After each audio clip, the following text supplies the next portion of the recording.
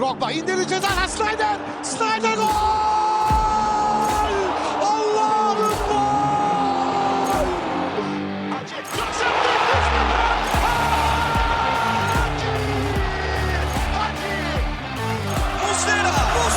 Muslera! Fernando Muslera! Golün adı Muslera! Sarıyoglu. Drogba! This is incredible! Merhaba and welcome to episode 33 of The Lion's Den, a Galatasaray podcast. Done by the community, for the community. From all over the world, we got me, Samet, back as your host, back to do another episode, back for the hype. But we'll talk all about that because we have also my main man from Toronto, Canada, Coach John. How are you doing, John?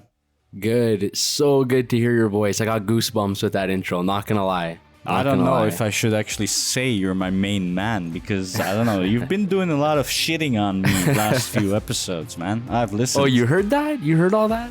Yeah. You and Yasin, that bitch. Basically the non-Europeans, yeah. Of course, Yasin is not here today because he knows he would get a punishment from me. But yeah, you heard that as well. You have also Historian Salih from the Kingdom of the Netherlands. How you doing, Salih? I'm doing mixed actually. Having some exams, as you all know. That's why I've been missing for the past, I don't know how many episodes. Also, I think I'm starting to get sick, and not just because of the game, you know, also just physically. That's from like some type of fever.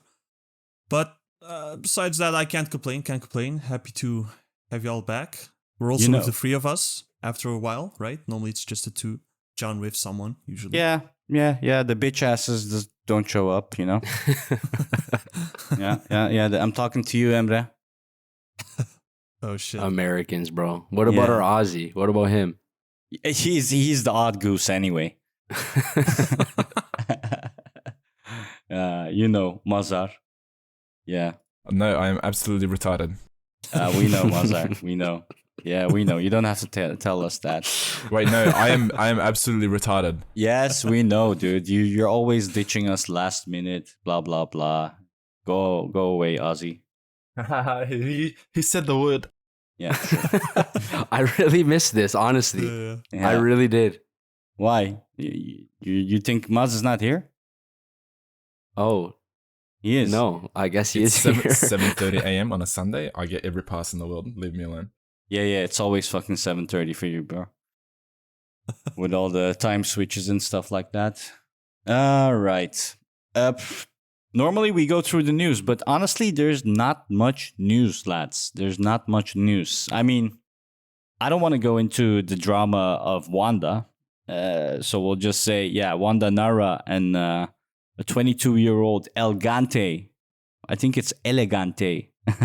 How you say it. He released a new song and he has Wanda Nara in his clip. Almost kissing and doing shit. I don't know what's the deal with Icarda and Nara anyway. But yeah. Other news is we got Moritz Vols that joined Galatasaray as an ass man. Assistant manager. Which is interesting. Oh my God. He's been assistant manager of Red Bull Leipzig before. And now he's with us. He's been scouting for Arsenal as well in the past. So, I don't know. Salih, you're a big Gunnar fan. Do you know Moritz Volts? When you say big Gunnar fan, I mean, scout-wise, I bet he was all right. I haven't really heard his name going around left and right. The fact that he's from Leipzig, though, is a bit more promising, as coaches from the Red Bull school are usually, follow a certain philosophy, as in high-octane football, a lot of pressing, basically just to increase work rate. So I think that one's more interesting, really, that part, that he has that in his history. But besides that, I'm not going to lie, like, outside the fact that he's from Leipzig and how Leipzig operate in general, I don't know much else about him.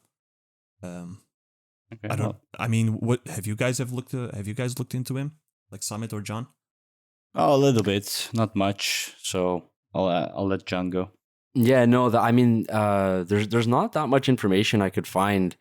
Like just looking through his resume as a player, And in terms of his coaching, the coaching side of the resume, I guess it was just the Leipzig that he was an assistant for, but he has some decent player experience. I mean, like you mentioned, Arsenal, Fulham.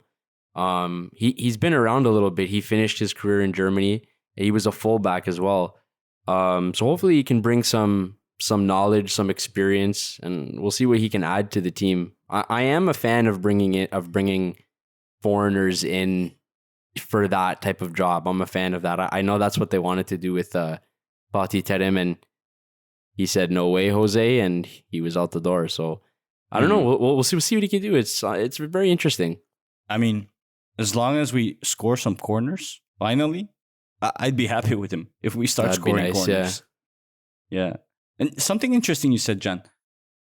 Like they tried to do that with Fatih Terim. Do you think that Moritz Wolf came in as an assistant manager, low key, to replace Okan Buruk? Probably not, but I'm not really sure. Like, I don't know. I think, like, I don't know what their intent was for this, or if it was Okan Buruk who reached out and said, hey, I'd like to add someone like this to my team, and they went out and found this guy. I don't know. I think that I can see the club giving Okan Buruk a lot of time and like giving him a chance, but I'm not sure what's going to happen. I didn't expect the whole Dominic Torrent thing to happen with Fatih Terim, so I'm not going to speak too soon. Anything can happen in Turkey. I'm sure we're going to talk about that in a bit, but you know. Yeah, That's true, but with this Moritz guy, I think that's like highly unlikely. He has never been a first team coach anyway, and like I don't even want to talk about Torrent or anything, but at least on his resume, at least you could say he was assist to Guardiola, right? Yeah. With Moritz, he just started out, and we're not Alanya or Fatih Karagumruk or whatever with Galatasaray in the end. We're not gonna experiment with a guy who's never coached before. And he's not even 40 years old. He's 39. So, like, looking at it from his point of view as well, he's probably excited about the job just to get more experience being a coach and being in that sort of atmosphere, right? Like, he just started doing that in 2019. That's when he started as being the assistant coach. So it's a good opportunity for him as well. Who knows? Maybe down the road somewhere, maybe he will be our head coach one day. But I think he's still a long way away from that. Speaking of assistant managers, you guys know that Albert Riera is killing it, right? Yeah, I haven't seen any news lately, but I was sort of following at the beginning of the season. I think he was like 8 or 9-0, like 8 wins, 0 losses or something. Is he still on that streak? Yeah, with Olimpija. He has 14 games and he's won 11 and lost 2 and 1 draw. So that's Brilliant. Pretty good. I mean, he's at the top at the moment, so that's a good thing. Good for him. That's fantastic, yeah. And he's like leading with 8 points. So he's doing good stuff there. And I wish him the best as well. I hope one day he'll come back with us and do some good stuff. But yeah. Right. How do you want to progress this episode? I guess we can just go into the match because there's a ton to talk about.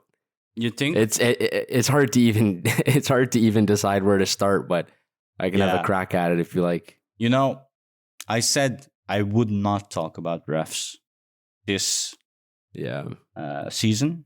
And I'm going to try and not to. Instead, I have a wingman. I was WhatsApping with him, a special guest who will come on and talk on my behalf, because I'm still not going to talk about the refs.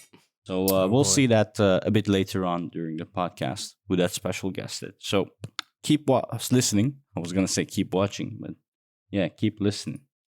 And to everyone listening, I was feeling very down yesterday. I still feel a bit down, but don't give up hope. Let's get hyped with some cringe music. And we have another episode of The Lion's Den. What else do you want? Let's go Apache. Oh yeah. Yeah, I hope that settles your mood. I hope you cringe at my dad jokes. We'll see. Oh yeah. All right, John.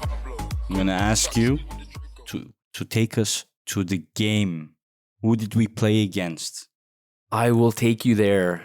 I will. This was round 11 in the Super League. We were at home. Finally, we came home. We had some beautiful, beautiful choreography before the match. We really are the best at that. We were welcoming Alanyaspor into the building, and this one finished in a very, very unfortunate way. It was 2-2 at full time. I'll go through our starting 11 and some stats. So starting 11 was Muslera, Sasha Boy, Nelson, Abdul Kerim, Kazımcan, Lucas Torreira, Sergio Oliveira, Karam, Rashica, Mertens, and the big boy Icardi up front. We'll run through some stats here. So this one finished with 18 shots for us. There were 7 big chances. There was 3 off target, 12 on target. And look, I'd like to just start by saying one thing. It was really, really disappointing for me. I'm sure everyone can agree within the first, say, half hour of this match, I think we looked like a totally different team. Like, I think we came out in the beginning of this match looking incredible, like the best we've seen so far this season. I couldn't believe the way that we were playing.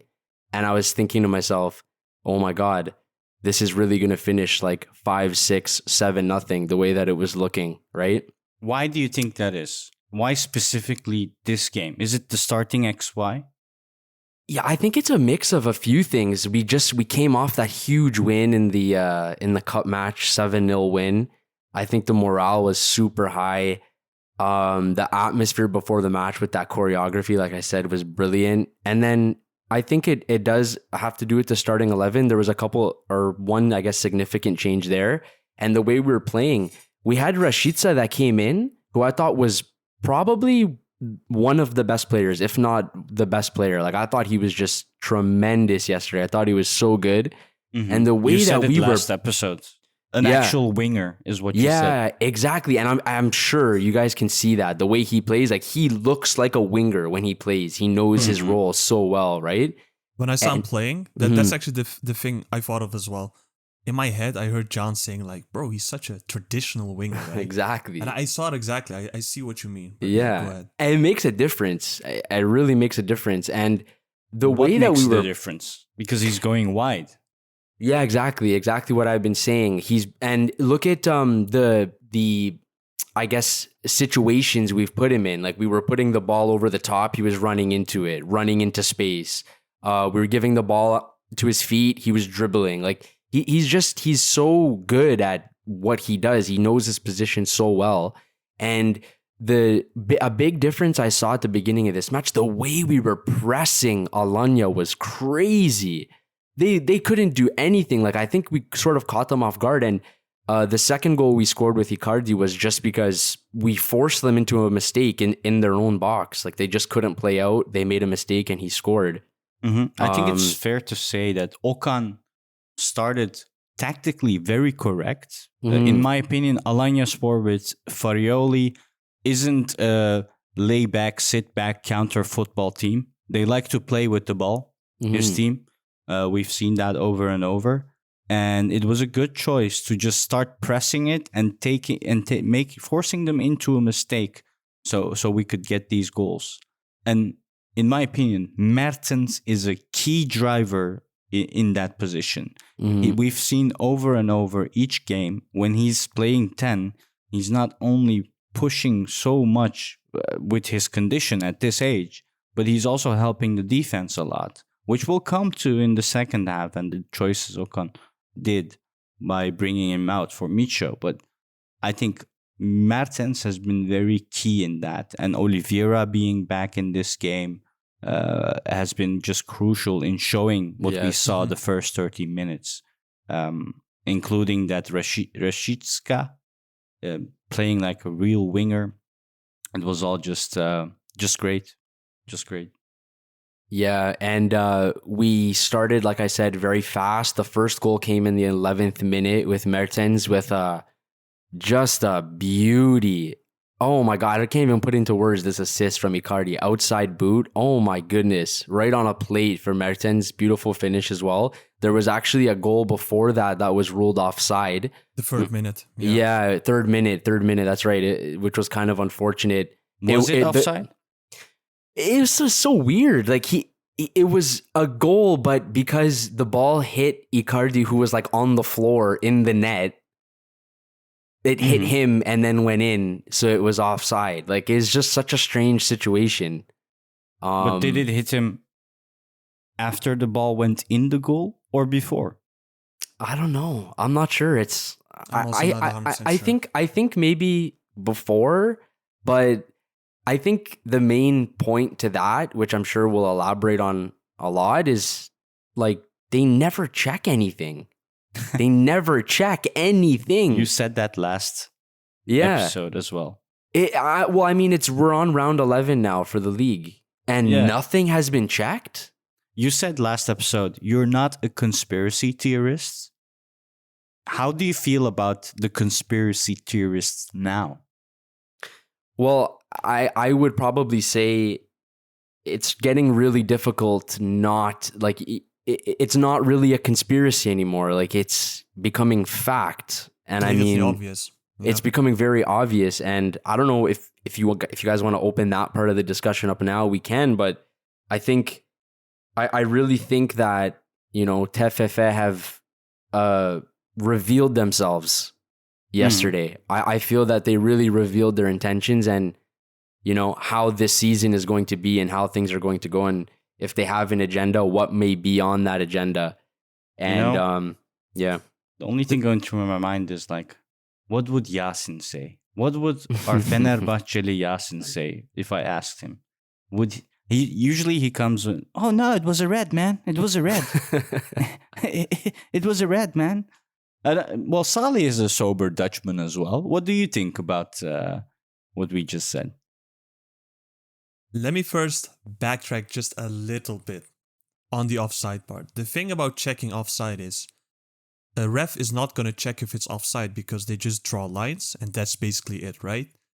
I mean, for an offside, you don't go to the screen to check if it's really offside or not because we assume that the technology is being used appropriately and we just have to believe that. The first goal is, just like you mentioned, it's probably offside. I mean, I know it looks really strange, but probably is.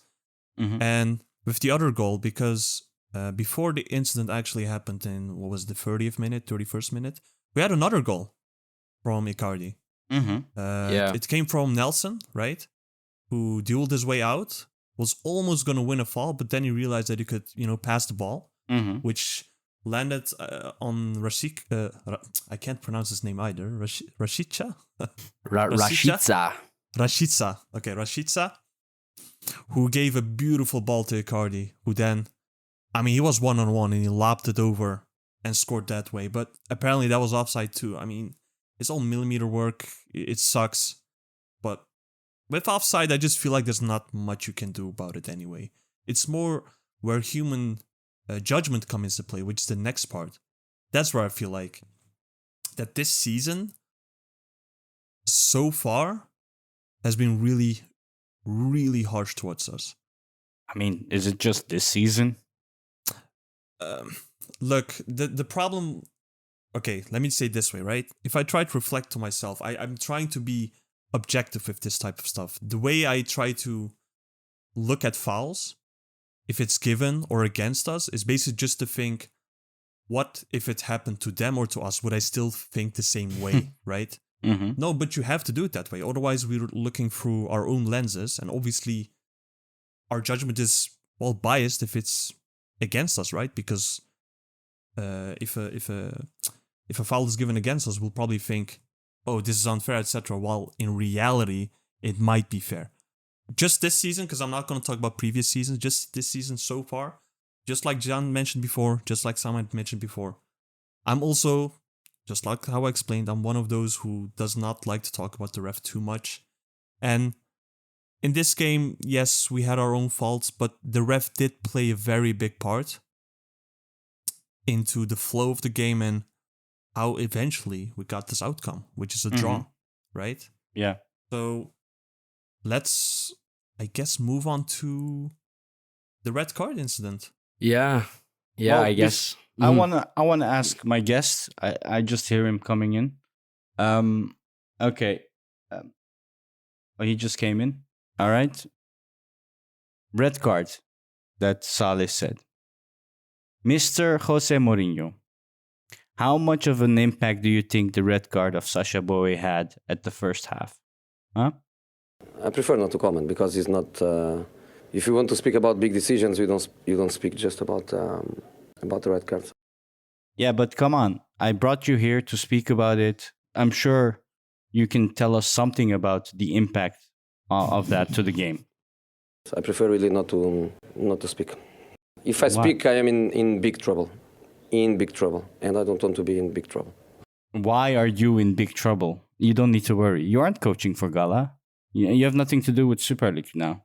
I mean, we know you're a big fan of Gala and you want to coach us one day, but tell us something. I prefer not to speak.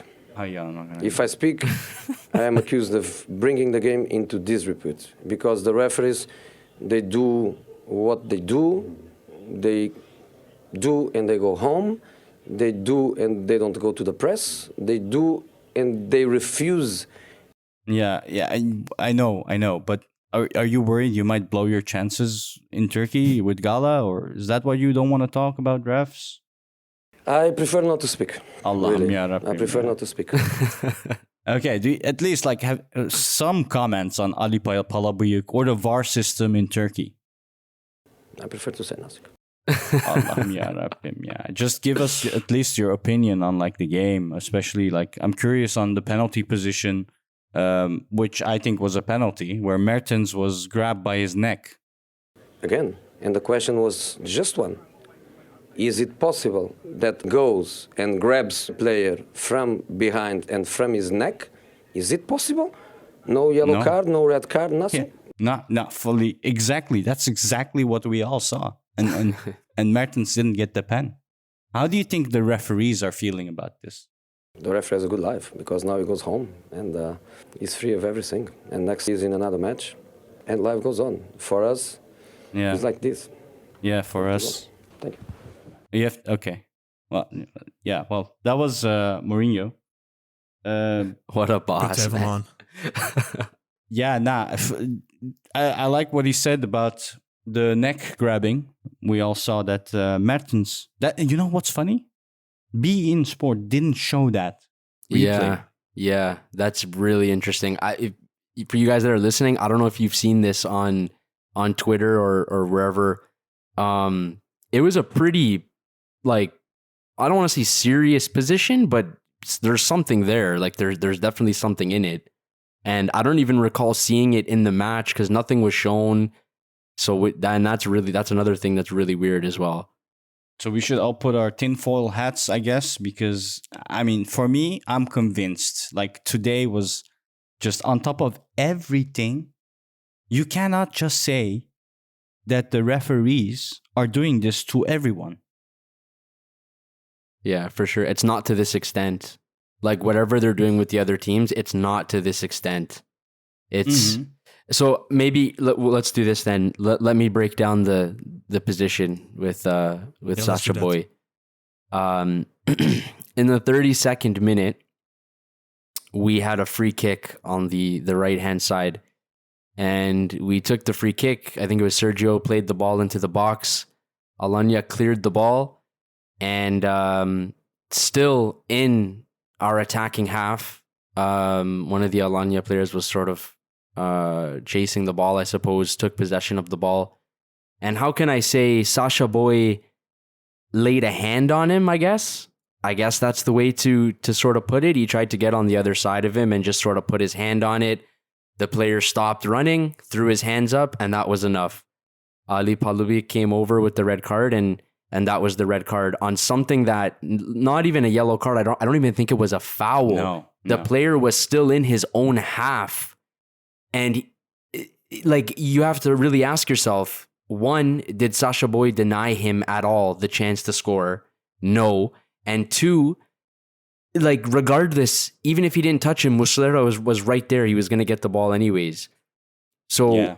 I don't see how the player was denied the chance to score, and I don't see where the foul was because Sasha Boy touched him on the shoulder, right? And I don't know, to me, it seems very obvious to me. And I'm not the person that has ever in my life said this. I've never been the person to promote these conspiracies and to say that there's an agenda against us, because you've heard me say it a million times on this show. I prefer to just sort of block that out and focus on just winning. How are we just going to win? Like, forget all this. Let's just play better. But this is really bad, man. This is really, really bad. I don't know I'm sure you guys think the same exact thing, but it was a red card for just touching the player. The thing is, aside from all the bullshit decisions that were made on the game, what are you doing, TFF? What are you doing, Mr. Referee? Everyone is watching this game to enjoy a football game, to have some love for football, like what's left of it, and you are basically butchering a game that was supposed to be beautiful, a game that everyone wants to enjoy watching, like something at least at a certain level. But every decision, everything they do is basically devaluing the league, devaluing the watching pleasure. Like soğutuyorlar ya insanı. I'm getting sick and tired of watching Super League. It's like a cancerous disease and cancerous addiction that I keep having to watch every week. I don't like. We should be talking football, right? We should be talking about how Kerem's position, how Kerem should at the final minutes not give the ball away or do something to hold the ball, or talk about how Emin Bayram, the youngsters, did great. But we don't get to do that. We get to talk about red cards, stupid ass decisions, and stupid ass boycotts that are done against a team that has nothing to do with this game as well. That's the one. Like, I'll give props to Ultra Aslan for the choreography. Props for them. Props for what they're doing. But these dumbass social media boycotts, it doesn't make any sense. We're talking only about everything outside of football now. I don't know what you think about that boycott situation from Ultra Aslan, but yeah, I don't know, man.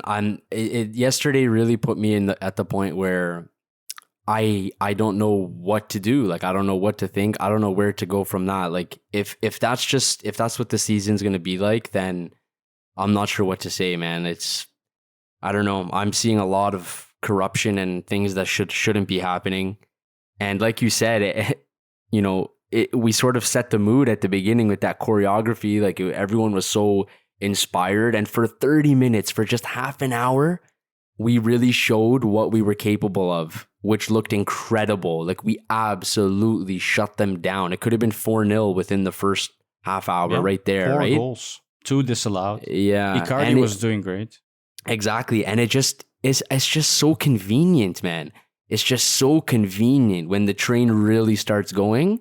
We see these things happening, I don't know. It's so disheartening, and I think TFF should be ashamed of themselves. I think Ali Palabiyik should never officiate a match in Turkey until the day he dies. I think whatever license you need to do this job, I think it should be removed immediately. And I think that there should probably be an investigation towards him as well, because even Fatih Terim himself was complaining about this, how many times he's fucked us over, right? I don't know, man. I don't know. I mean, I was mentioning to some of the other guys yesterday as well. It's like, I was hoping that Okan Buruk would say something after the match. He did. I was actually pretty impressed with the things that he was saying. But I hope that there's more from the club, from the board. Like, put some pressure, like push back. There's no way we're going to go the whole season like this, there needs to be some sort of resistance towards this sort of thing. So I guess we'll see what happens. Mhm. But to be honest, it is also in our hands. Sure, we can put on the conspiracy hat. We can say these decisions have been given, but in the game, we had countless of chances that we didn't finish either. So, like everyone used to say, you have to beat the refs as well. Mhm. We need to, like, basically we need to start doing that. Yeah. Maybe you pretty much just touched on it there. Maybe it could be our next point, I guess, how we were sort of playing, how we dealt with that after the red card, which was for the remainder of the match, which was quite some time. What did you guys think about that? I honestly thought that after halftime, we still looked pretty good. Like there was a few chances where we could have made something happen. There was Kerem that had a chance on the left side. It looked like he tried to sort of chip the keeper and he just caught it. We had Icardi that made a shot from really far out. I think he was trying to catch the keeper out. Before the final whistle, Emin Bayram had the chance right in front of the net that probably should have won us the match. He couldn't finish that. We had Abdul Kerim with a beautiful chance that was ended up being offside. I think that the way that we were playing was good. I think our reaction to that was a good reaction. I think we were holding out for the most part. But the breakthrough came in the 68th minute. Balkovic scored from a free kick. Can't take anything away from him. It was a beautiful free kick, but that guy eats the ball, man. Yeah, he does. And I'm sure, like, as soon as that went in, we all knew how this was going to end. What was going to happen? Yeah, we've seen it way too many times before. I think some of us said, like, it's going to be 2-2. When it was 2-0 and we got the red card, it's going to end 2-2. That's what you said, right? We've seen this too many times, man. It's just too predictable now. It's the same story over and over and over again. The only difference now is that it's becoming too predictable. Like we've seen the same. Oh my God, we're on a roll. We look incredible. We're gonna win the league. Look at this momentum. Bang, red card, done. 2-2. Yeah. You know. and the interesting thing is, maybe Salih, you can correct me. You know more. A direct red card, you don't get to go to VAR. Only if it's yellow, right? Wait, what did you say? If the referee gives a direct red card, can the VAR intervene? Of course. No, of course. You can still intervene. Like, for example, I don't know, that Abdul Karim thing. What if he gave a yellow, but VAR says, like, hey, have a look again because this looks really dangerous. Yeah. Then you could, or the other way around, right? If you give straight red, Right. you could, like, cancel it and make it a yellow too. Well, it didn't happen for us, obviously, but, you know. They don't use the VAR. It doesn't they don't use exist. it, The but TFF normally- president or something said that, right? Just act like there is no VAR. Okay, sure. Well, there is no VAR. Yeah, Exactly. when we see it. But no, they could overturn it. The only thing they can't overturn are just, like, I don't know, yellow cards, free kicks. It's basically just a harsh penalty, the harsh fouls that they can overturn. Of course, if they differ in opinion. But with us, they seem to always agree with each other. So, yeah, there's that. So let me ask you guys this. We had, at the start of the half, we had Mertens come out for Dubois. We had, in the 58th, we had Kazımcan came out for Berkan. Rashica came out for Mitchell. Sergio came out for Emin Bayram. And Icardi came out for Seferovic. What do you think about these changes from Okan? And, you know, we had a lot of me especially, I had a lot of criticism for him on the last episode as well. How do you think he handled this, you know, before the red card, after the red card? Could he have prevented this, do you guys think? Yes. What do you think? Yeah, you go first, Samet. Look. I think it's inevitable. I don't think he could have really done much more than just sit back deep. But first, you go, Samet. Last game, when we were 10 guys, we didn't lay back. We pushed through it and we played amazing still.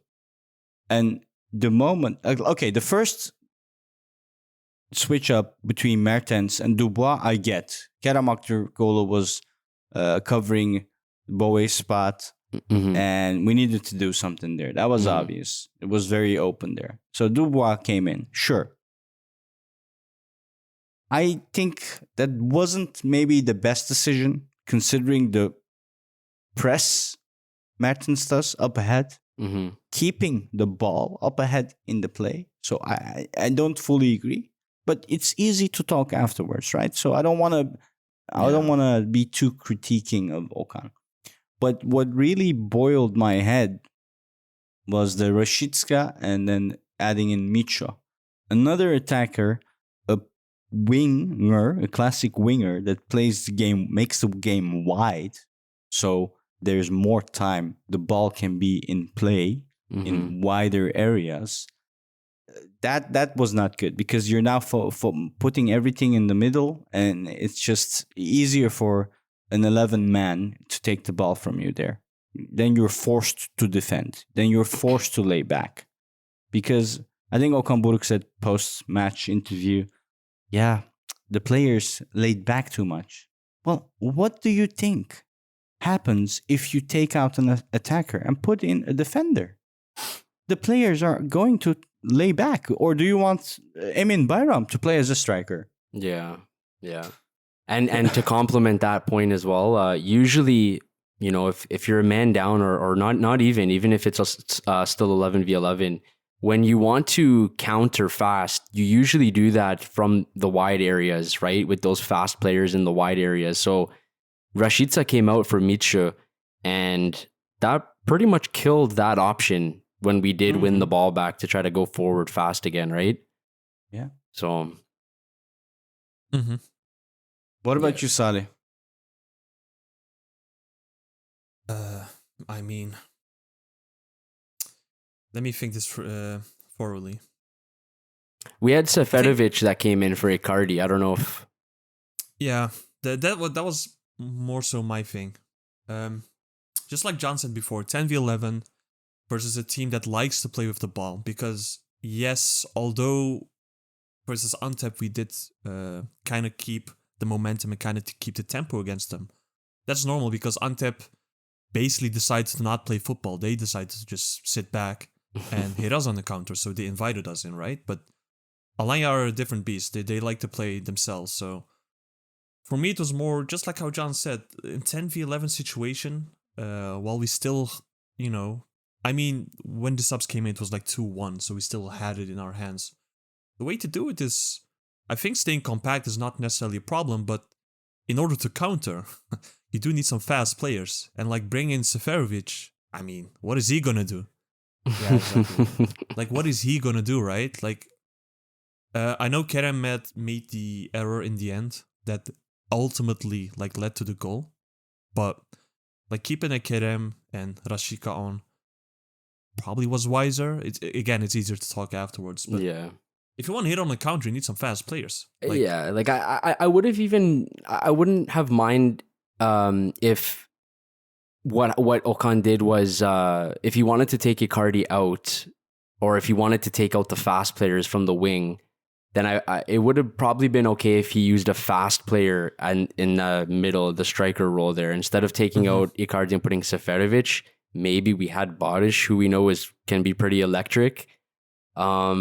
That probably wouldn't have been Barish, as bad. The dumb player, right? Yes, the dumb player. I don't know, man. I don't think we played bad necessarily, but I think there could have been a few changes, and I'm wondering if it came down to panic at all. Like the goal came in the 68th minute, and then in the 71st we had those two changes where Micho and Emin Bayram came in. You know, which I understand 2 more defensive players are coming in, but I'm not sure that sort of impacted the flow of the match, I think. And then we got the heartbreak in stoppage time. It was 2-2. And unfortunately, it's funny how things work out. Like the first, the red card came from us having a free kick, and their second goal was produced by us having a corner. So it's funny how things work out, but we had a corner. Kerem was taking the corner. Micho came short. He played Micho. He played Kerem back. And I guess Kerem just tried to beat the player that was pressing him. He tried to take it inside and lost it. And they started a counterattack and they tied the He match. needs to start learning that stuff because this is not the first time he's doing this. Yes, yeah. That was a very poor decision. Like if you're on a corner and you look up and you're in stoppage time, there's so many ways that you can kill off the match. Like some players prefer to just take the yellow. Like they just start wasting time and they just take the yellow. Like they'll fuck around with the ball. They'll replace the ball 20 times. Like they'll do a whole bunch of things, right? Midshaw came short. So give it to Midshaw. Let him just keep the ball in the corner by the corner flag. Like shield the ball there if we're in stoppage time, right? Like why are you trying to cut inside and cross? Like even if you cut inside and cross into the box, the keeper is just going to come collect the ball and they're going to break out again, right? So that was a really, really amateur move. There's lots of things he could have done just to run the clock down. And odds are if they would have taken it in the corner flag, whoever had the ball in the corner, they probably would have got fouled anyway, or the ball would have been kicked out for another corner. And then you just do the same thing. You start fucking around with the corner again. Someone wants to play it short, you put it in the corner again, and before you know it, the match is over, right?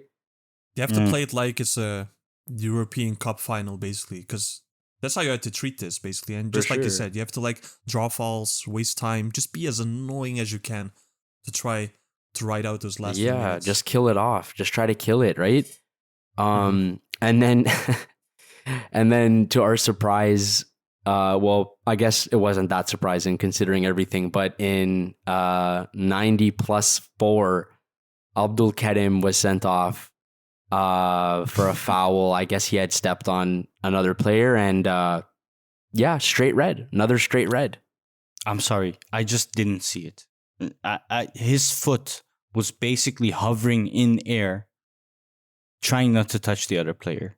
So so harsh to give him straight up red. Yeah. With this one, I don't know if it was really that soft because look, I think the tackle on itself, because that wasn't the red, I think. I think it was more the red, the way it landed and how dangerous it could have been. It didn't land. His foot didn't land. From what I saw, it did land. But okay, if I was wrong, then I'm going to show you right after. You know, with this, what my thing is that check the VAR. Aside from that, what's that? Of course, like get your fucking ass over to the screen and watch it. But aside from that, if you look, we'll start with the Sacha Boey red card. Immediately after that match, there was a clip that was posted from the Premier League from Liverpool.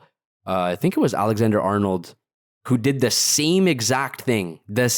No, his was actually worse. His was worse than what Sasha did. Yeah. Like considerably worse. And it was a yellow card, right? It was a yellow card. And it's considerably worse considering Sasha just touched him on the shoulder, right? No. The thing is, we need to stop comparing other leagues to the Turkish league. And okay, we're doing that, right? We're saying, okay, it's Turkish league, it's different. But then the problem is that there is also not a consistency in the league itself. Yeah. That was my next point. Problem. Exactly. Absolutely. And you can see that from the Abdul Karim red card as well, because how many of these do we see on a weekly basis, right? Where there might be a foot sort of landing on someone else's foot or ankle or something, and it's a yellow. Or how many times do they get away with it? With nothing, right? So the consistency is a really big problem because think about the gap there. You go from the ref not seeing the foul at all to giving a straight red card, right? Like how do you measure this? Like there has to be some type of consistency. So yeah, like we mentioned, it would be nice for once if someone could get their fucking ass over to the VAR screen and watch something for once, right? Yeah. The problem with the VAR checking part is refs only check it if VAR actually tells them to check it, right? So on that case, it's not always 100% it's still on the ref, but like if he's not being called up to check, then he's not going to check. They have to stop being so stingy with it though. Like you're about to give your second direct red card. you know, especially at the beginning of the match in the 30th minute. Like, games like this can screw your season, right? This was a guaranteed 3 points, you know? And Pretty how many much. times have we come down to where we lost the league by a goal? We lost the league by a point, 2 points, 3 points, whatever it is, right? These are guaranteed wins. So all it takes is for this to happen, you know, 3 or 4 times throughout the whole season and you're done. The league is done, right? So I don't know, man. I think that they should stop being so stingy with the VAR and say, you know what, just to be safe, let's go check it out, right? Go Exactly. have a look. Just to be safe, because look, just because the ref checks VAR doesn't mean the decision is overturned, but at least you'll know that it's at least checked. Yeah. And if he doesn't overturn, well, he definitely knows a retard. But if he did, then okay, good on him, right? Yeah. And think about how much is at stake here, man. Like how much money we've spent to bring these players in, how badly we need to get the European football, right? And this The is weird thing is, Mhm. I wanted to say one more thing about like Alanya wasn't given a penalty as well. We have to be fair about that. Right. That was a clear penalty that they weren't given. From Nelson, right? Exactly. Yeah. Exactly. But the problem is he saw that. He saw Ali Palabiyik. He saw that, and he probably thought in his mind, "I'm fucking over Gala so hard. I need to Classic balance this Super out. League. I need to balance this out." And you know what's funny? It's actually this thought process is actually true, and it's mind-boggling that this is how it works. Apparently, that's how it works in Turkey. You balance things out. Instead of letting the game play, have a nice football game, you stop the game, both sides, for Yeah. bullshit reasons, and you try to balance it out. It's such a weird thing to think about, actually. Yeah. And I, you know, I wouldn't be surprised if that's the absolute truth. You know, where he's like, "Oh fuck, we gave the straight red. We kind of have to balance this out, or else it becomes too obvious, right?" Yeah. Like, well, it's just such a joke, man. It Because- really is. Because he did that, right? And okay, the three of us can agree that that was a penalty, you know, from Nelson on one of the Alanya attacks. I don't know. Yeah. But the problem that you now will get is that, of course, rival fans, Yeah. they're going to check this and they're like, Yeah. what are you talking about? You know, Yeah. the refs aren't, you know, screwing you over. And that's also something that, from what I understood, right, from the statement that Erden Timur and Dursun made on how refs handle us and other rival clubs as well, of the names which I won't mention. But I would say that that wasn't as smart of a move. No. Necessarily name out teams, because if you want to, because that's just finger pointing, right? The problem Yeah. is basically TFFA. You have to, in a strange way, have to tackle it together. But Yeah, if but you're how saying do you that, fix this? How do you fix a corrupt football bond? yeah, how would you have to fix it? Is that somehow the bigger clubs have to like come together. That's how you. That's the only way you can fix it. Well, what do you guys think about bringing foreign referees in this league? I've always been against that. Mm-hmm. But I think, you know, And why have you been against it? I'm actually curious. because I've never really thought about it. the foreign refs, that's not a solution. If they're bad, what's gonna happen? Yeah. And there are bad, like other leagues. I've been watching Italian league quite some time, Premier League here and there, and there are such bad decisions that we see there as well. But I guess you could say over there at least it's a bit consistent. Like it's always the same bad decisions probably. But I don't think that's the solution. And I think it's more than that. It's more in depth than that. Yeah. Would you be okay with foreign I would be open refs? to, like, I'm interested to try and see how it goes. Like, I'm very curious to see if we're going to get the same bullshit or what's going to happen, right? So I don't know if And it's just- the solution. I'm very curious to see what would happen. Because they suggested for bigger games, right? Like for derbies and such. Not every game, Mhm. obviously. Yeah. Just like some high-profile games, like I don't know, us versus Fenerbahce, for example, or something. It would be along those lines. interesting. Yeah, I'd be interested to see how it goes. But if we can, if you guys don't mind switching slightly the topic here, there's a couple other things I wanted to mention in terms of individual player performances for today. Okay, let me just say one last thing before you go there. Sure. How can you trust a referee? His name is Ali Palabiyik, and he doesn't even have a Palabiyik. How can you trust a lie like that? Well, let me say this. Thank you for the crickets. Let me say this. Look at his face, right? And you could tell right there that he's the number one crook in the league. All right? And that's all you need to know. Bro, now that you say the face part, that's actually what drove me more nuts during the game. He was smiling and shit, like, no, it's offside. Yeah. No, you can say all you want. And with the red card too, everyone's like, what the fuck? Why did you give a red? He's just constantly like nodding, no, like, don't even try. And bro, I think he had the time of his life. That's just the time of his life, just fucking us over, eh? Yeah, exactly. What a nice guy. Yeah, anyways, what I was going to mention was we had Kerem come back into the starting lineup after he was rightfully dropped, in my opinion at least. And I have to admit, before the first red card, I thought he was playing out of his socks. He was playing incredible. He was playing so fast, playing the ball through. He was fine. Yeah, he was fine. Yeah, that last thing he did, sure, it can happen. Yeah, it happens a lot with him. He should fix it, but in general, he was fine. Yeah, definitely. Aside from that one very, very dumb moment, I thought that he was playing really well, and I guess exactly what I said a few episodes ago. You know, getting that drop and getting that sort of realization and reality check is probably a good thing for him.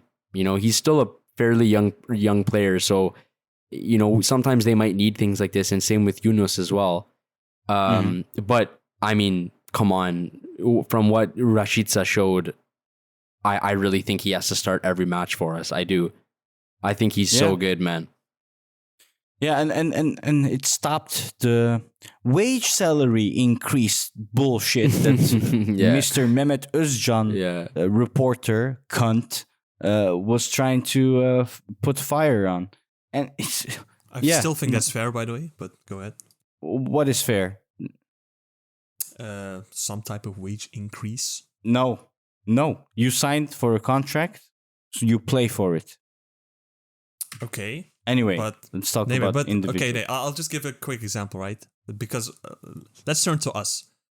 Because they were talking about Kerem, right, and Yunus, but Yunus' contract was running out, if I recall correctly, right? Yeah. We need to fix that. And Kerem still had some years, right?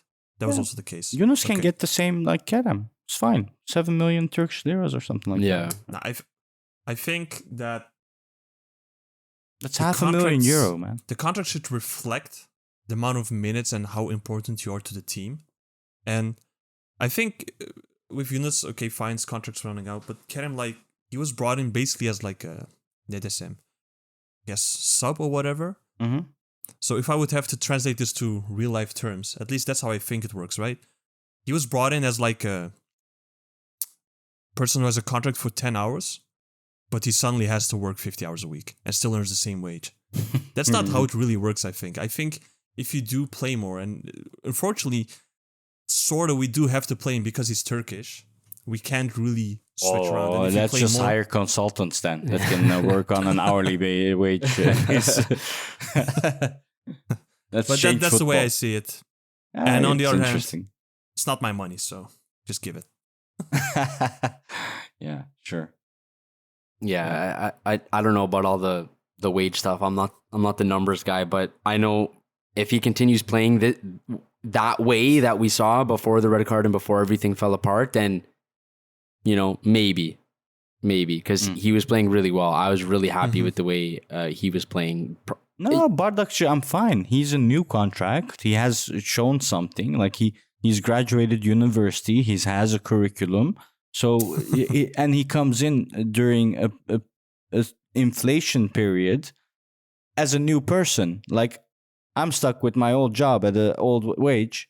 but new people coming in earning higher, you know? Yeah, So that's yeah. why people job hop. So Right. anyway, If I may not, if I may add to this, but not the contract part. I also want to say that I really liked Icardi. He almost had like 3 goal contributions this game, if that wasn't offside. his 2 assists. goals, and that one is beautiful assist. Mm-hmm. I think he looked really good, and Yeah, finally. Bro, now he's gone from Yeah. Wanda. yeah, he's showing his He was true bewitched. colors now. Yeah. It's just like how we mentioned before. This game was just a game of 2 halves. Again, I feel like I have to say this multiple times now. The first half was really, really good, and if I do have to put out one stat in there, the XG, and I do like XG, right? The XG for Alanya in the first half was 0.01. They did Oh my absolutely God. nothing, even after the red card. They did absolutely nothing. Yeah. The second half, however, even though we were still better, we did get away because we didn't mention it before, but they hit the post, some of these corners which just landed in front of like Leroy Fair's feet or whatever. Yeah, a few and he dangerous missed them. chances. Yeah. Yeah. Exactly. Like I do think that while 2-2 it sucks because of the way that we got to this result due to a red card which wasn't just.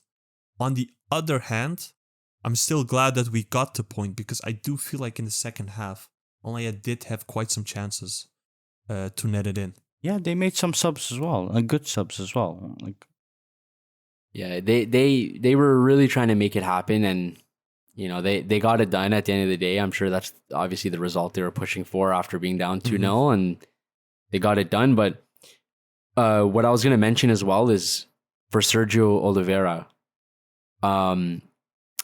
I really like him, man. I really think he's Oh, good, for and I'm seeing such a split between if he should be playing or if Midsho should be playing.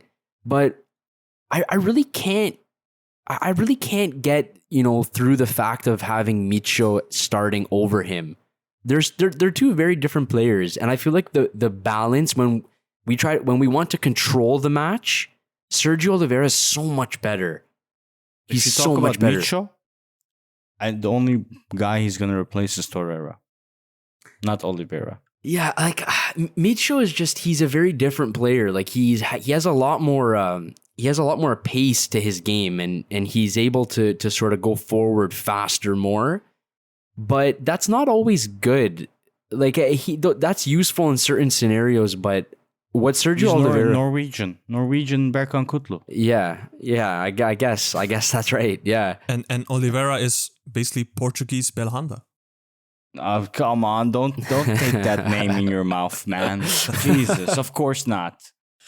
Bro, I mean Oliveira, I do like him, but I also like Belhanda. Portuguese but Selçuk they both do lose the ball quite often. Not gonna lie there. Well, I find when Sergio loses the ball, it's a lot more like understandable than Belhanda. Like my problem with Belhanda is he would lose the ball for no reason. Like unnecessary. Like tricks or whatever. dude, and I don't know. I've said it a million times. I'm the possession guy. Like when I see you lose possession for no reason, oh my god, man! It's the attitude as well. Exactly, When yeah. he loses, it's Exactly. like, oh, well, shrug it Yeah. off. You know? Yeah, and the final thing I was going to bring up, maybe just before we wrap up, is we're going into the next match without, well, possibly the next 2 matches without Abdul Karim and Sasha Boy. Yeah. So for next game, I'm not sure what's going to happen for the Beşiktaş match, but what Honestly, next game is Karagumruk. yeah, Abdülkerim Bardakçı, Emin Bayram, Metehan Baltacı. I trust both Emin Bayram and Metehan a lot as our center back. Yeah. That's what I was gonna ask. I guess that answers that question. I would probably go with Emin Bayram as well, and then I guess we'll have to use Leo Dubois for right back. I'm sure you guys agree with that. So Who else? yeah, exactly. I mean, pretty good depth, I have to say. Like I'm very happy that we have Leo Dubois for Sasha, and Emin Bayram. I pretty much trust. I'm not over the moon about him, but for the most part, I trust him. So yeah, we'll see how that goes, man. We need 3 points really, really bad. Yeah, so what do you think we'll do against Karagumruk? I It's pretty an much, away game. Yeah, we're away. We're away again. I pretty much expect, other than the two changes we just said, I pretty much expect the same 11. I don't really see any changes. Like we have Kazımcan, who's a little shaky. I find. He makes me Defensively? a little. Yeah, defensively, he makes me a Worried? little nervous. Agreed. But Agreed. I don't think he's played so bad to the point where he should be dropped. I think keep rolling with him, see if he can get in the groove. But if he doesn't, I think we should get a Turkish left back in January if he can't really settle in. It's the composition. You got Sasha Boye, an attacking rocket, a choo-choo train. Yeah. You got Kazımcan Karataş. Choo-choo train. They call him a black train in Turkey, Karatren. So very attacking, and then Kazımcan is also very attacking. So that's two very attacking wingers. While when Patrick is there, it's more balanced. He adds that defensive third guy in the back when Boye goes up front, supports the midfield, and Dubois is also a technical player like that. Yeah. So for me, if Boye is on, Patrick should be on. If Kazımcan is on, Dubois should be on. Because that gives you that balance in the back that keeps you stable, is my opinion there. So actually, the red card, yeah, I will love Boye. I will miss him for sure. But Kazımcan's going to be on the left back and Dubois on the right back. Yeah. Well, that's better balance, if you ask me. Should we give predictions for that match? Yeah, let's do Against that. Karagumruk? Yeah. What do you think, Salih? Let me think. It's Pirlo, man. I mean, Yeah. Yeah. what else is there to say? Jagne is in Yeah, I was Karagumruk. going to say, it's not just Pirlo. Don't forget. that's true. Don't forget about And the he's man. doing good. Yeah, he he has is. already 6 goals in 9 games. Yeah. I think we're gonna win, but it's gonna be a classic Galatasaray result of this season, as it will be a 1-0 win for A us. miracle at the end of the match. No. When I say classic, I don't mean like a Gomes goal from the 80th minute onward. We'll win, but I think it'll be like a 1-0. Just because we had the shock of the refs, so I think we might be a bit more careful in how we play. Just an assumption, right? Yeah. So I just say a 1-0. I don't think we'll be in much trouble, but a 1-0, just a 1-0. I'm going to say, so Karagumruk are ranked third in the league for goals. They average 1.9, almost just under 2 goals per match. So I do think we're going to win. I think we're going to come back with some heat after all this. I think the players are going to be really fired up. And it's like, you look back and you say, okay, so that's how we're going to play. No problem. Let's turn it up a little bit. I think we're going to win this match 3-1. And I think that our guys, our main guys, these guys that we've brought in, to do some damage, Icardi, Mertens, I think these guys are going to, they're going to show their class again. So I'm going to say 3-1 here. And I'm praying because we need those points, man. I think, well, first of all, I was going to say, how nice would it have been if Fatih Terim was still around and he was going to play against Pirlo? Yeah, that'd be nice. Yeah. And with that said, I think we're going to go ham. We're going to go 5-0 against Karagumruk. Yeah, wallah, that would not surprise me. It really wouldn't. Icardi and Mertens, they have some catching up to do. Yeah. Hat-trick on both. Makes it 6-0 actually. But 5-0. Yeah, I think the TFFN needs to really treat this carefully because sometimes when you step on someone's toes, they really step back. And I think that's what's going to happen, honestly. I have a feeling it could backfire on them. And I really think we could have a big response here. So see what the boys can do. Yeah. See what Dubois can do, indeed. Let's hope Wanda stays far away. Yeah. Icardi keeps on going like this. And we need it. Friday against Karagumruk. Friday game, right? So, we need this win, man. We need it hard. We need to get back into the first position. Yes. Any closing points you guys want to say? No, that's about it. Got a lot off my chest here today. Yeah? For all of the other listeners, keep your head up. Better times are coming. Yep, they are. Yeah, no, this feels good. This felt good to unleash It did. my rants. Just to lift the mood again because of this stupid bye rule where teams play. Some have played 10, some have 11. Let's say we win the next match. We are pretty much again third or fourth again, so we're not that far off. Really, we aren't. Yeah, what annoys me, I have mad OCD. So every time I look at the positioning it bothers in me the too. league, and I see 9 games here, 10 games there, 11, like it doesn't make sense. What is this bullshit? I know. That bothers me so much. I have the same thing with when we post our lineups too. It's not based on position, right? It's just based on the number. Oh, right. Yeah, right. that's so annoying. That's really I have to work out like what formation are we actually going Make for. it I think easy it's this. for us, man. Exactly. Ah, God. Well, with that said, thank you if you've been listening so far. You can support us if you'd like to. You can check out our Twitter. Our handle is @TheLionsDenGS. You can support us also with monetary value. You know, us Jews love that. That's on Patreon. You can find us there as well. But yeah, just collab with us on Twitter. Talk to us. It's all good. We don't need anything more. It's all for the love of Galatasaray. So, wish you all a very pleasant day, a good night, a good morning, a good afternoon, a good day at work. And we're out. Bye. Peace. Bye.